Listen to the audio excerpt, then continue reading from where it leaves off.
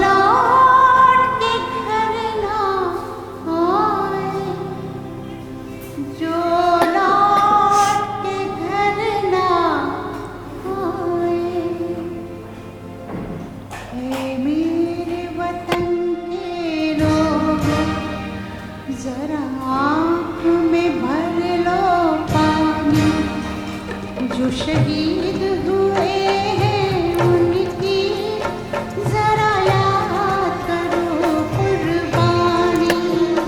है मेरे वतन के लोगों, जरा आँख में भर लो पानी, जो शहीद हुए हैं उनकी जरा याद करो कुर्बानी।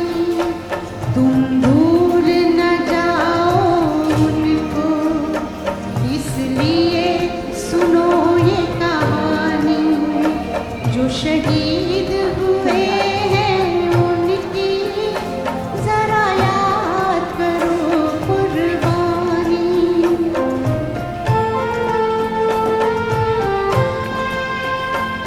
जब घायल हुआ हिमालय, खतरे में पड़ी आजादी, जब तक थी सांस लड़े वो, जब तक थी सांस लड़े वो, फिर अपनी लाश बिछा दी, संगीन पे धर कर माथा, सो गए अमर बलिदानी, जो शहीद हुए हैं उनकी जरा याद करो कुर्बानी।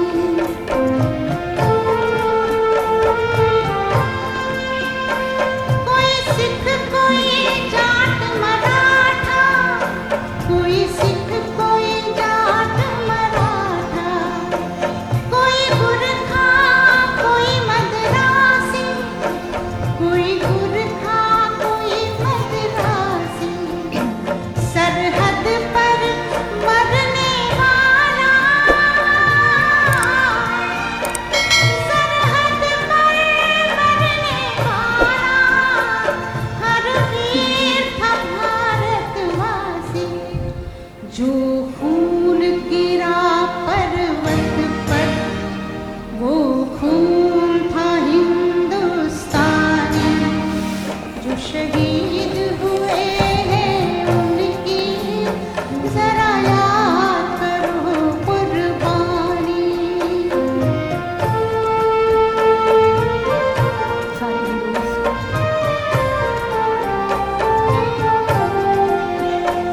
थी खून से लथपथ काया, फिर भी बंदूक उठा के 10-10 को एक ने मारा, फिर गिर गए होश गंवा के, जब अंत समय आया तो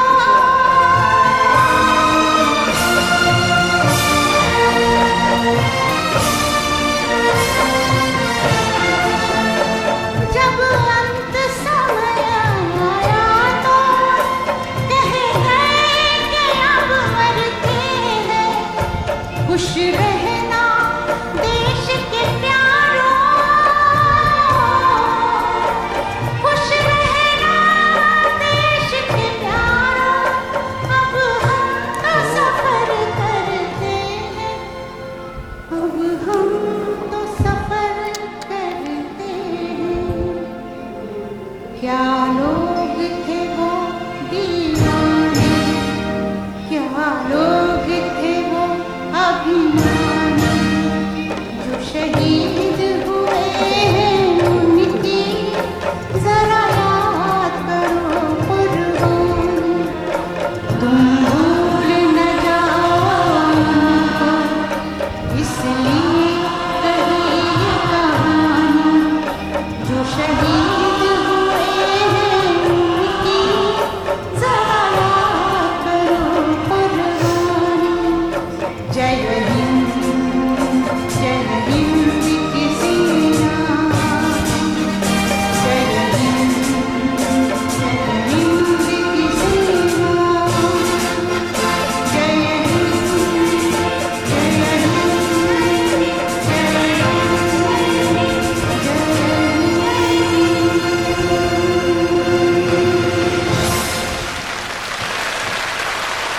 मैं कहता हूँ कि जिस शायर ने ये अल्फाज लिखे हैं उनके अंदर जान डाल दी लता जी की आवाज़ ने। इट्स वेरी हार्ड बहुत ही। मैं यकीन करें, मुझे यकीन नहीं आ रहा कि अब ये हमारे बीच में नहीं रही।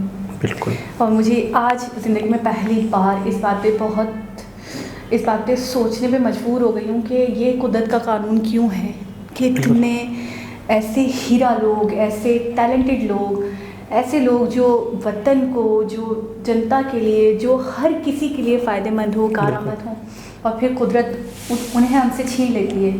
और ये कानून है, हर किसी को जाना है। आज इस बात पे मुझे मतलब मैं बिल्कुल सोचों में गुम हूँ कि ऐसा क्यों है। बिल्कुल। और ऐसी शख्सियत मैं कहता हूँ, अच्छा इनसे किसी को भी बैर नहीं होगा। ऐसा होता है ना, ऐसा होता है ना कि कुछ लोग होते हैं कि यार वो तो यूँ था, उसके अंदर ये बुराई थी, उसके अंदर तो ये मसले थे।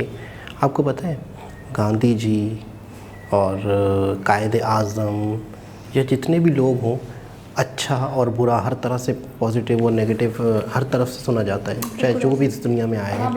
लेकिन मेरे ख्याल में ये एक ऐसी वाहिद शख्सियत है लता जी, इनके बारे में एक लफ्ज़ तो बड़ी बात, एक डॉट क्या होता है, नेगेटिव नहीं होगा मेरे ख्याल में। आप सही कह रहे हैं। ये तो इतनी मासूम है, किसी के लिए है ना, फ़ायदेमंद, हर किसी के लिए पॉजिटिव रही, मुल्क के लिए इतना करा। आवाज़ इनकी मतलब कितनी खूबसूरत, कितनी खूबसूरत इनकी। गई थी। आप यकीन करिए, जो 8 मिनट्स 9 मिनट्स की वीडियो थी, मुझे सीरियसली मुझे अपना होश नहीं था कि मैं कहाँ हूँ, क्या कर रही हूँ। मैं बिल्कुल माऊफ हो चुकी हूँ। अच्छा, कुछ लोग ऐसे होते हैं जिनको अल्लाह पाक ने, जिन्हें भगवान ने किसी मकसद के लिए ही दुनिया में भेजा होता है, उनका एक प्रॉपर काम होता है। अच्छा, आप मुझे एक बात बताएं, 100% दुनिया में 100% लोग होते हैं जो आते हैं, उनकी बचपन में आवाज़ कुछ होती है, यंग में कुछ होती है, बुढ़ापे में कुछ होती है, लेकिन यार यहाँ पे कितना, मतलब मैं कहूँगा 100% भगवान का करम, भगवान ने उन्हें पैदा ही इस काम के लिए किया, और पैदा ही इस काम के लिए किया। आप आंखें बंद करके अगर आप सुने तो आपको लगेगा ही नहीं कि इनकी ये एज है, कि कोई एजिड है और वो ये गा रही हैं। यकीन करें, आवाज़ इतनी यंग थी इनकी कि आप फ़र्क कर ही नहीं सकते, आप तमीज़ कर ही नहीं सकते। ऐसा कैसे पॉसिबल है? ऐसा कैसे पॉसिबल है यार? बात पे हैरान हूँ, कैसे पॉसिबल है? मैं दंग हूँ कि वाकई एंड तक, जब तक ये दुनिया में थी, जब तक ये इनके सॉन्ग आते रहे, इनकी वही आवाज़, वही मतलब इनके अंदर कंट्रोल आवाज़ का, वही पिच, वही खूबसूरती, वही नज़ाकत। आंखें बंद करके सुने तो आप पता नहीं क्या सोचेंगे कि कौन ये, पहली दफ़ा अगर किसी को पता ना हो। वैसे तो इनकी आवाज़ ऐसी है कि जो लाखों में लोग पहचान सकते हैं कि ये लता जी ही हैं। और मैं कहता हूँ कि उनकी क्या कंडीशन होगी जो इनसे सीखे हैं, जो इनको उस्ताद मानते हैं। अच्छा, आपको पता है म्यूज़िक की एक ऐसी फील्ड है कि आप उस कंट्री में नहीं भी हैं ना, मिसाल के तौर पर लता जी हैं, तो लता जी के जो फ़ैन हैं या जो इनके शागिर्द हैं, उनके साथ ज़िंदगी में कभी मिले भी ना हो, उन्हें उस्ताद मानते हैं। हाँ। उन्हें उस्ताद मानते हैं। जो लोग सुन सुन के सीखते हैं ना, तो उन्हें रूहानी उस्ताद कहा जाता है। बिल्कुल, उनको उनकी तरह करना, उनकी तरह गाना, उनकी तरह प्रैक्टिस कर करके ना। तो अक्सर लोग ये कहते हैं, मैंने अक्सर लोगों से मिला हूँ, तो अक्सर लोग ये कहते हैं कि लता जी हमारी रूहानी उस्ताद हैं, यानी कि बग़ैर मुलाकात किए। कितनी बड़ी बात है। अच्छा, इनके साथ फिर लोगों की दुआएं कितनी शामिल होंगी? अच्छा, मैं एक चीज़ सोचती हूँ, अच्छा लोगों के साथ बहुत कुछ होता है। मैं सिर्फ इनका नाम लेना चाहूँगी कि इतने लंबे अरसे तक इन्होंने मतलब अपने आप को एक तरीके से सर्व किया, और इतनी मेलोडियस वॉइस, और उससे जो जॉय मिलता था, जो प्लेजर मिलता था, मैं दोबारा कहूँगी वो किसी और की आवाज़ में आपको ढूंढने से भी नहीं मिलेगा। इसमें कोई भी और बहुत बड़े बड़े सिंगर गुजरे हैं, लेकिन एक उनका उरूज होता था, उरूज यानी कि एक उनका, और कभी जवाल होता था, कभी उरूज, यानी कि वो बहुत मतलब हाइट पर आकर, बहुत पीक पर आकर, और उसके बाद उनके साथ मसले मसाइल हो गए। किसी को हलक का कैंसर हो गया, किसी के साथ कुछ हो गया, कोई बीमारियों में मुब्तला हो गया, किसी ने फील्ड छोड़ दी। अक्सरियत से मैंने यही सुना।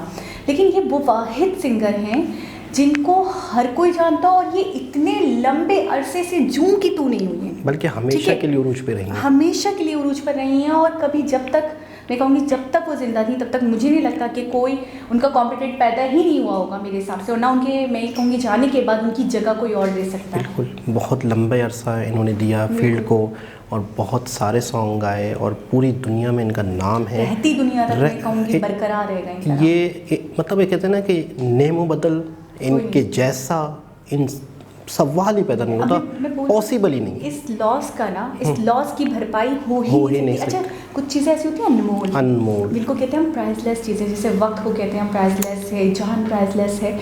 कोई खतरनाक किसी को बीमारी हो जाए तो इंसान कहता है पैसे से नहीं सेट हो सकती, कैंसर वगैरह का बोलते हैं लोग कि भाई हो गया तो हो गया, नहीं हो सकता, बहुत मसले मसाइल हैं, बहुत कॉम्प्लिकेशन है। तो मैं ये कह रही हूँ कि ये भी हमारे लिए अनमोल थी। हम जितना पैसा, जितने जवाहरात, जितने हीरे मोती, जितने पूरी प्रॉपर्टीज़ अपनी रख भी दें ना, और हम चाहें कि लता जी आ जाएं तो बहुत मुश्किल है, बिल्कुल नहीं हो सकता। उनका कोई नैमुल बदल, उनकी कोई कीमत नहीं है। अच्छा, जब आवाज़ तो अच्छी है, बहुत अच्छी है, जिसमें कोई कमी पेशी नहीं है। अच्छा, जब वतन से रिलेटेड कोई चीज़ आ जाए तो उसके अंदर भरपूर किस्म के सच्चे जज्बात आ जाते हैं, तो फिर आवाज़ और ख़ूबसूरत हो जाती है। और एक बहुत ही खूबसूरत नगमा जो हमने आर्मी के जवानों के ऊपर था, और ख़ास तौर पे उन जवानों के लिए एक श्रद्धांजलि थी, एक एप्रिसिएशन थी, जो लोग कुर्बानी देते हैं। टोटली अगर देखा जाए तो शहीदों के ऊपर था। अच्छा, कहीं पे भी मैं जाती हूँ, कहीं पे भी मैं जाती हूँ तो मुझे लाजमी कहा जाता है कि ये आप सुनाएं, बिल्कुल, ये आपका है, ये आपकी आवाज़ नहीं हमें सुनना है। आपको पता है मैडम नूरजहां भी मतलब जब 1965 की जंग थी तो मैडम नूरजहां के फेमस हुई थी ना जो उन दिनों में, तो वो मिली नगमों से हुई थी। और उस दौर में यहाँ पे कहते थे कि जवान जो है फ़ौजी, वो इनके नगमे सुन के इनके ऊपर जज्बात आता। तो म्यूज़िक जो है आपकी फीलिंग, आपके जज्बात से खेलता है, आपके जज्बात को मोटिवेट करता है। तो उस दौर में मैडम के नगमे जो बड़े मशहूर होते थे। बिल्कुल, मैं ही कहूँगी यानी कि लता जी का इस मामले में भी एक बहुत अहम रोल रहा। किस तरीके के मिली नगमे, इस तरीके के पैट्रियोटिक सॉन्ग जो उन्होंने पढ़े और जिससे जज्बात बरपा हुए, उभरे, उभार आया उन्हें। और बस इस बात का तो बहुत अफसोस है कि वो चली गई। और बस मैं यही कहना चाहूँगी कि मैंने तो कभी एक्सपेक्ट नहीं किया था, अब मुझे आपका नहीं पता, लेकिन पता नहीं शायद मैं किस दुनिया में थी कि मुझे ऐसा लगा कि शायद वो कभी नहीं। वो वाली बात आपकी बिल्कुल आपने तो कह दी, लेकिन बहुत सारे लोगों के जहन में होगी कि ऐसा लगता है ये तो हैं, ये तो है, और ये हैं, ये एक चीज़ ये तो हैं। हाँ। नहीं, आपकी ये बात कई लोगों के जहन में होगी, क्योंकि लोगों ने आंखें खोली। मिसाल के तौर पर आँख खोलते हैं तो हम एक बहुत बड़ी बिल्डिंग देखते हैं, हम बड़े हो जाते हैं वो बिल्डिंग है, वो है, फिर कई लोग दुनिया से चले जाते हैं वो बिल्डिंग है, तो ऐसा लगता है ये बिल्डिंग तो है ही है। अच्छा, आवाज़ के साथ साथ मैं आपको बताऊं कि उनके जो लुक्स थे ना, मैं बार बार वही कहूँगी कि वो मुझे कभी एजिड, एक होता है ना, हम अपने पेरेंट्स को भी देखते हैं कि हाँ वो पहले तो ऐसे थे, अब तो वैसे हो गए, अब वो आखिरत की तरफ जा रहे हैं, ओल्ड एज हो रहे हैं।